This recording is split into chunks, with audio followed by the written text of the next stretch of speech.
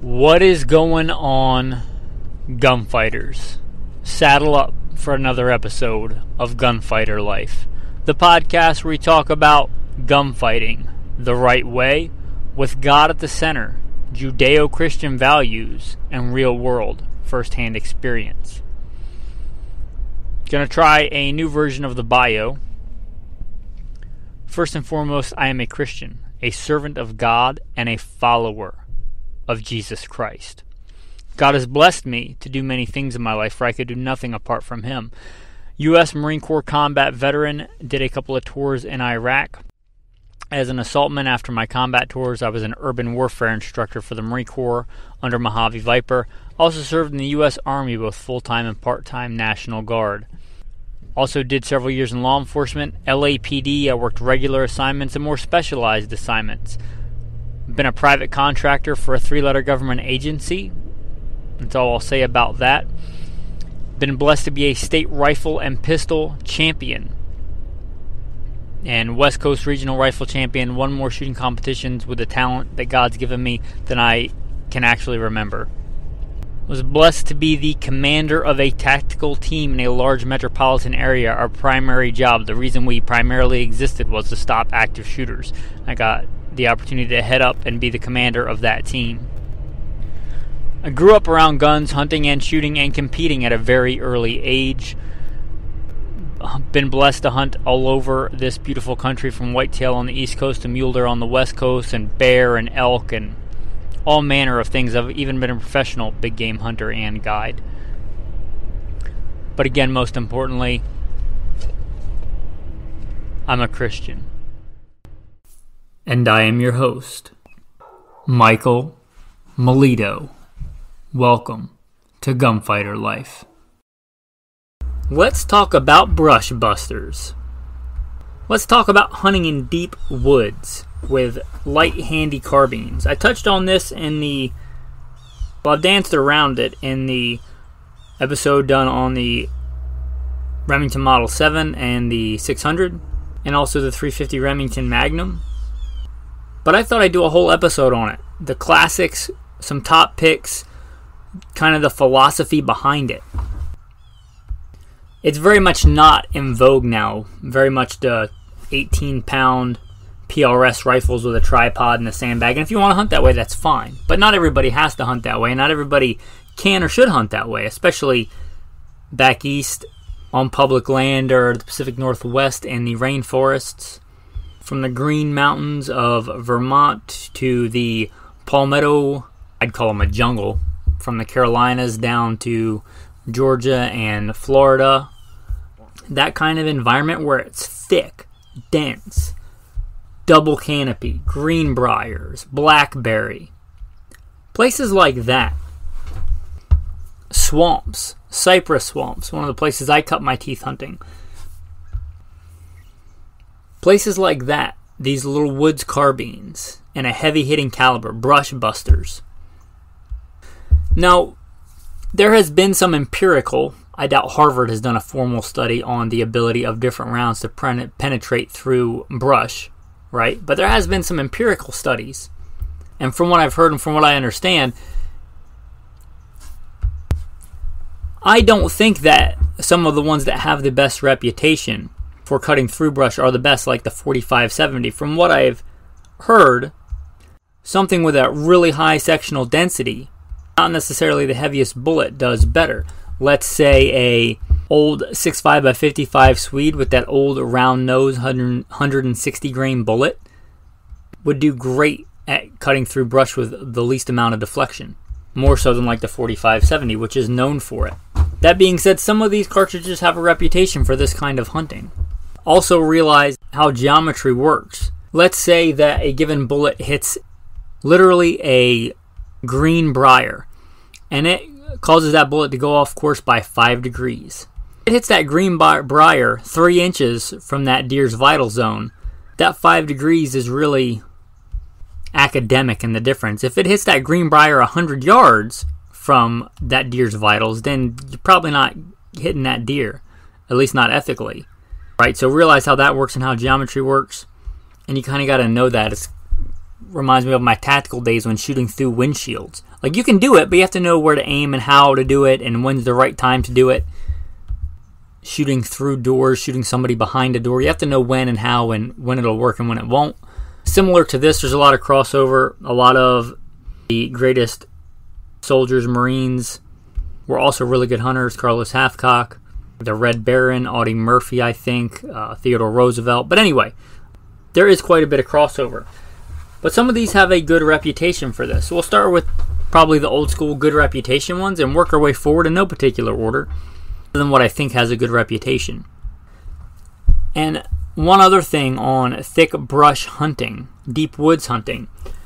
When you're spot and stalk or still hunting, or when that deer might literally be 15 yards away from you, you may not be able to wait for that perfect broadside shot, or you may not want to have to wait for that perfect broadside shot.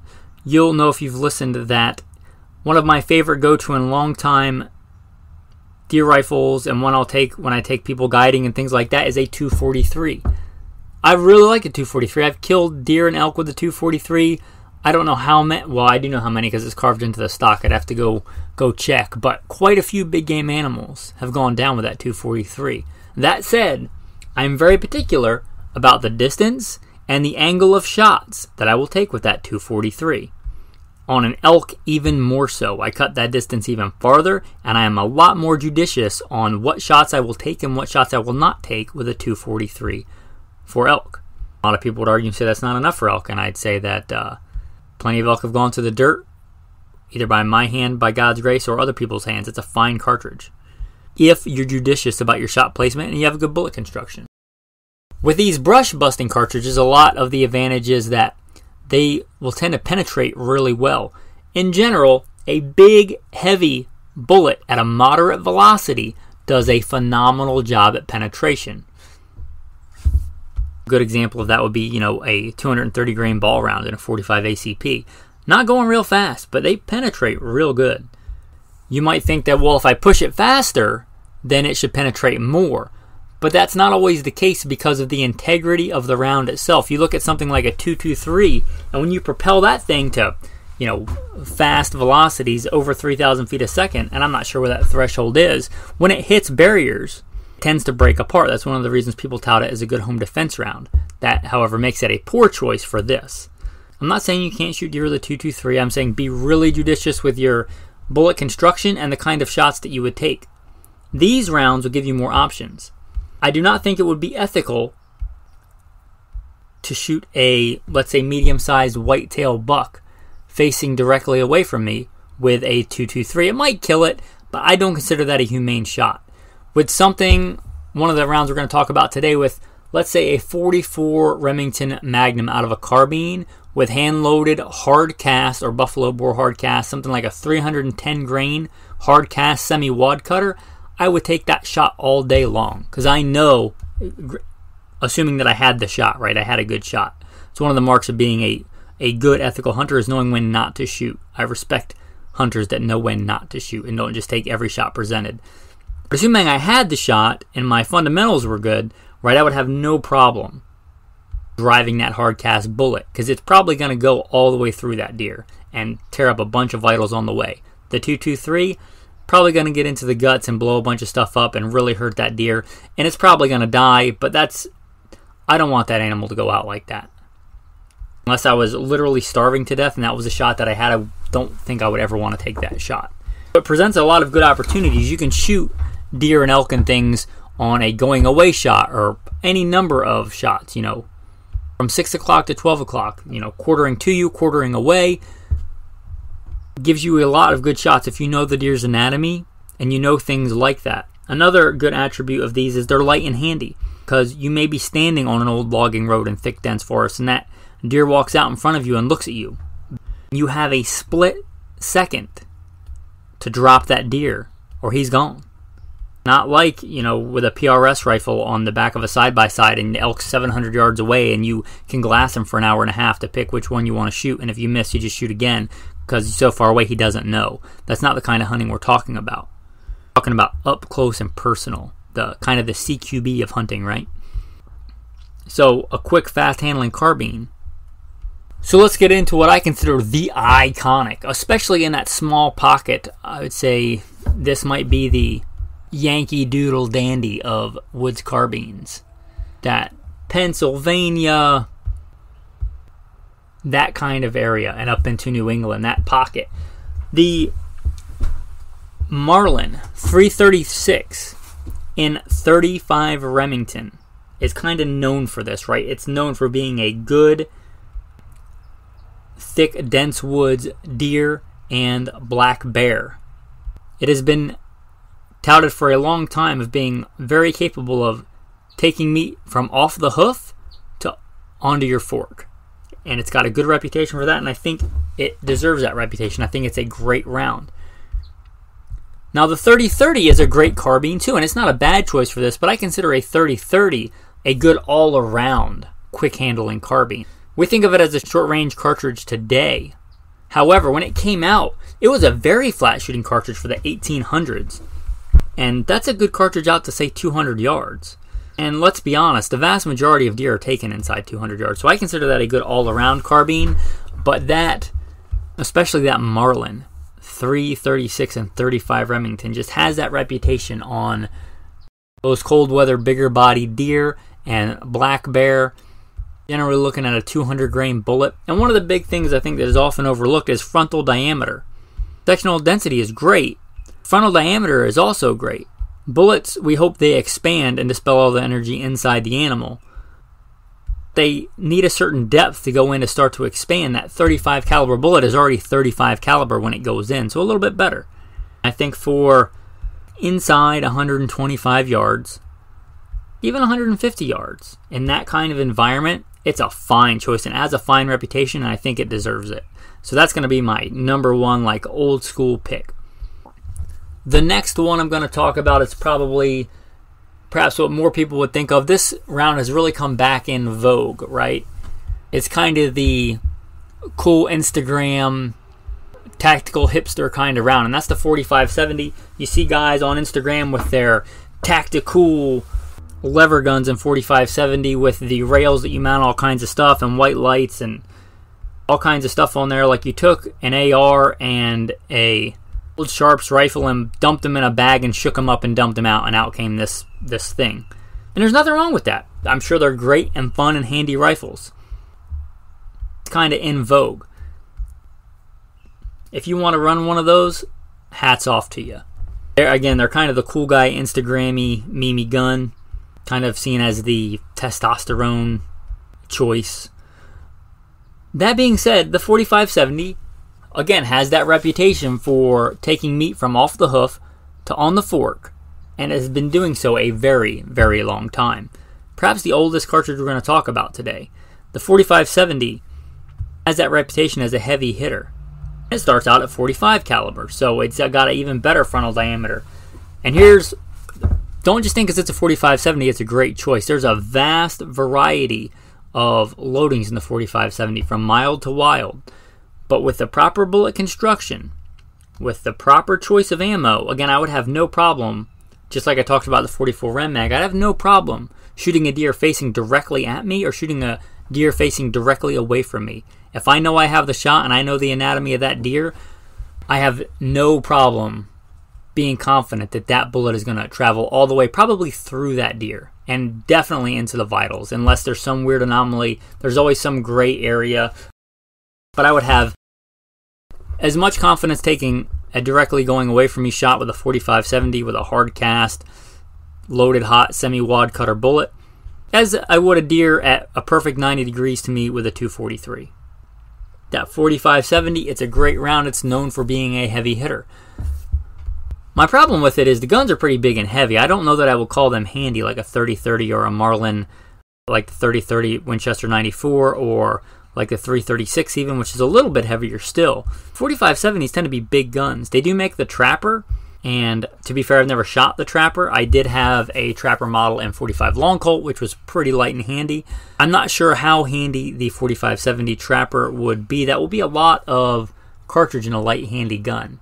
That may or may not appeal to you. The big standard long ones I would probably take out of this category, but if you get a nice, light, fast handling one, because a lot of times in this kind of hunting, you're crawling over greenbrier, and out west you're going through that big fallen timber and those real deep draws, literally crawling over one, under one, like a hunting obstacle course. A light handy rifle has its place. But the 45-70 in the proper configuration with a proper bullet choice, it's a good one. Now, we talked about Marlin, and they make a really good 44, but since we already talked about them, I'm going to give Winchester some love. The Winchester 92 and 44 Rem Mag. What a beautiful, handy little rifle. I just checked, and they do still produce it. The 92, if you don't know, is like a pistol caliber version of the bigger 94 you think of as the classic 30-30, but the 92 is a quick handling, old school pistol caliber carbine, and 44 mag it would be great for this. My one qualm with it is that it doesn't come in stainless. I don't know that it ever did come in stainless. And to me, a blued gun is kind of a depreciating asset, the way that I hunt. And that's not a thing for you. You're out in Arizona hunting real thick draws near Sedona or something like that. Not an issue. A real dry area of Idaho and thick dark timber. Not an issue. Travel all over the country like I tend to do in my nomadic lifestyle. I like a stainless steel gun, but if you're looking for a beautiful classic choice, that Winchester 92 and 44 mag. Some other honorable mentions: the Marlin came in 44 mag. If you want a working man's version of this, the Rossi pretty much copied it. The patent's obviously expired. It came out in the 1800s. Rossi copied it, and they make a quick handling little carbine, but they make it in blued and stainless steel. They made an even earlier one. I don't know if Rossi made it or Taurus, but it was called the Puma. Those are fantastic, and they're a good working man's rifle. They come in stainless or blued. You can usually get them for not a lot of money. Everyone I've ever seen has been made well. I don't think I'd have a problem hunting with one. One of those in 44 mag if you want a little bit cheaper option but still wanted that quick, fast handling lever gun. That'd be a good choice for a brush buster woods carbine. 44 Rem mag is nothing to turn your nose up at in a handgun. It's a great hunting round. You gain a lot of velocity going from a handgun to a rifle. You can get quite a bit of velocity out of that. So keep that in mind. The 357 Magnum, I think it's a cool little caliber. I think it's the most versatile of calibers. It would be a great end of the world choice, something like that. But I think for this, a brush busting deep woods carbine for just hunting deer, I think 44 is a better choice. And you're talking about a 44 brush deep woods carbine. The iconic one that comes to mind is the Ruger Deerfield carbine. These are a semi-automatic. Think of it like a Ruger 1022 that's been hitting the gym and getting all beefed up, right? It is basically a Ruger 1022, takes the same rotary magazines, but in 44 Rem mag. Semi-automatic. Talk about a slayer. Anything where you had like multiple tags, you wanted to be able to shoot multiple deer or multiple hogs or something like that, these Deerfield carbines are kind of renowned. I'm surprised they haven't brought them back. They might just cost too much to manufacture. From all accounts, they've had a good reputation, no real reliability issues. They are fantastic. They don't make that anymore, but they do make a really good runner-up, and that's a bolt action, the 7744. If you're familiar with the Ruger M77, a fantastic rifle, comes in stainless. And it's basically a copy, from what I understand, when Winchester went away post-64 from the good controlled round feed, my favorite feed, that classic action. Ruger looked at it and said, how can we make this affordably and make a good, solid controlled round feed action like the old Mausers, the old 1903 Springfields, and they did that in the Model 77. Well, the 7744 continues that in a light, handy carbine. Stainless steel, good composite stock for really hard hunting. The 7744 would be a hard one to beat. If you just cared about pure utilitarianism, you didn't really care about the lever action coolness or anything like that, you just wanted a good, all-weather, hard hunting, hard hitting, quick, fast handling deep woods carbine. That 7744. That's, if I'm not looking at nostalgia or anything like that, that'd probably be my number one utilitarian pick. Now let's talk about the AR. That's, a lot of people are hunting with ARs now. Again, the 223 is not the choice for this. 223 is a good cartridge. The 5.56, it's a good cartridge. It's not the right tool for this job. I can bend and shape steel with a claw hammer. But an anvil and a ball peen hammer is a better tool for the job, right? There are better cartridges for this, so you can fit in a standard AR platform. I'd stay away from the AR-10 because generally, AR-10 is a bigger, heavier platform. This is supposed to be a light, fast-handling carbine. I think you could do this where it's legal, because gun laws and hunting laws are funny. I think some states may not even let you hunt with a semi-automatic. But a good 11 5-inch barrel AR pistol, air quotes, right? A pistol. You could go 11.5, you could go 14 pinned if you don't want to deal with the pistol brace thing, having to think about it, maybe get outlawed. But I think a good 11.5 for this would be great. The smallest I would start for this as a heavy hitting cartridge, I think the 6.8 SPC.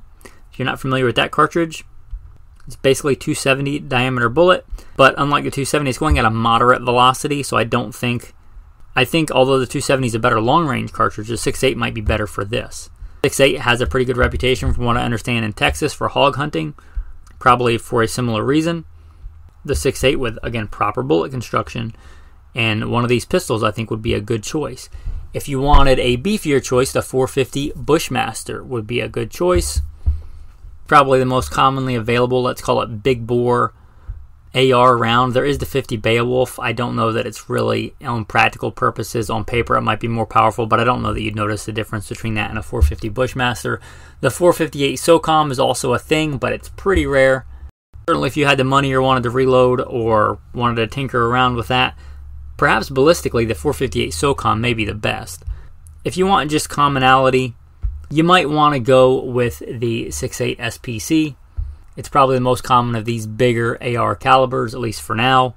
Always the next thing coming out in vogue, but the 6.8 has been around a while. It's got a small niche market, but it's probably even more popular than the 35 Remington, which is where we started. But that, or any of those similar calibers, if you're doing it on AR, I'm a big fan of backup iron sights, but backup iron sights and a red dot for this would be fine. I didn't really mention optics because most of these guns that I've mentioned hitherto have really good iron sights, and I think you should have the skill and the ability to hunt with iron sights, and I think at these kind of distances iron sights will be just fine on the other rifles I talked about. If you want to go red dot or LPVO, there's nothing wrong with that. There's nothing wrong with that at all. Kind of the classic one would be like a classic 1.5x or a 2.5x or even a 4x. I think that's getting a little too much for this. But an LPVO 1-4 has a lot of merit. A red dot, although not often thought of, like an old Ruger Deerfield carbine with a red dot mounted on it, that'd be a pretty formidable brush gun. But you're talking close-in optics. You don't need your 3-9 for this, right? It's not the right tool for the job. This is not a scout rifle. This is not a do-it-all gun, right? It is a specialty tool for certain situations. Now, maybe where you live, this is basically the only hunting that you do, so it may be your go-to rifle. It's not meant to shoot, 500-600 yards.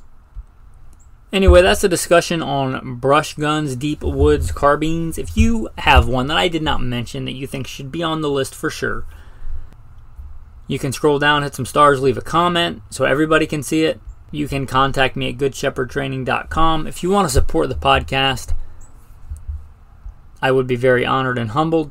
You can click on the Patreon link in the show notes. Anyway, with that, the tactical tip of the day. You might want to write your name and phone number on your rifle sling, somewhere on your rifle. A lot of the old timers would even engrave it on the rifle itself. And why might you want to do this? Well, if you leave it somewhere or something happens to it and an honest person finds it and wants to return it, they can. Let me tell you a story. So I let my good friend borrow one of my 22 handguns for training. He didn't have one. I said, borrow mine. Anyway, he put it on the top of his car and drove somewhere, and it fell off on the road. Well, on that pistol case, I had written my name and phone number. I had spray painted it some obnoxious color, and I had written with a Sharpie or something, I forget exactly what, but I wrote my name and phone number. And somebody called me like a short while after I lent it to him, and they said, hey, we found your gun on such and such a street. And I said, well, thanks for calling me. They said, we're here, come meet us, and we'll give it to you. And I did, and I got the gun back, and it was in the case, so it didn't break or anything. But, if my name and number had not been written on that, I would never have gotten that gun back. And that was a gift from a very dear friend who has since passed away. So, Writing that on a sling, don't think that something can't happen or somebody gets hurt or something and you lean your rifle against a tree and something happens and you can't go back for it. Maybe if somebody finds it and your name is written on it or whatever the case may be, they can return it to you if they're honest. Now, somebody may just steal it, but for a person that finds it that wants to be able to return it, they can. Anyway, that's your tactical tip of the day. Your tactical verse of the day. The Lord knoweth how to deliver the godly out of temptations, and to reserve the unjust unto the day of judgment to be punished. Let's make sure we're in that former category, men. We all stumble in many ways, but let's make sure we keep our eye on the prize. Keep pushing towards that goal. As children of God. As it is written, lead us not into temptation, but deliver us from the evil one. Thanks, men, and have a blessed day.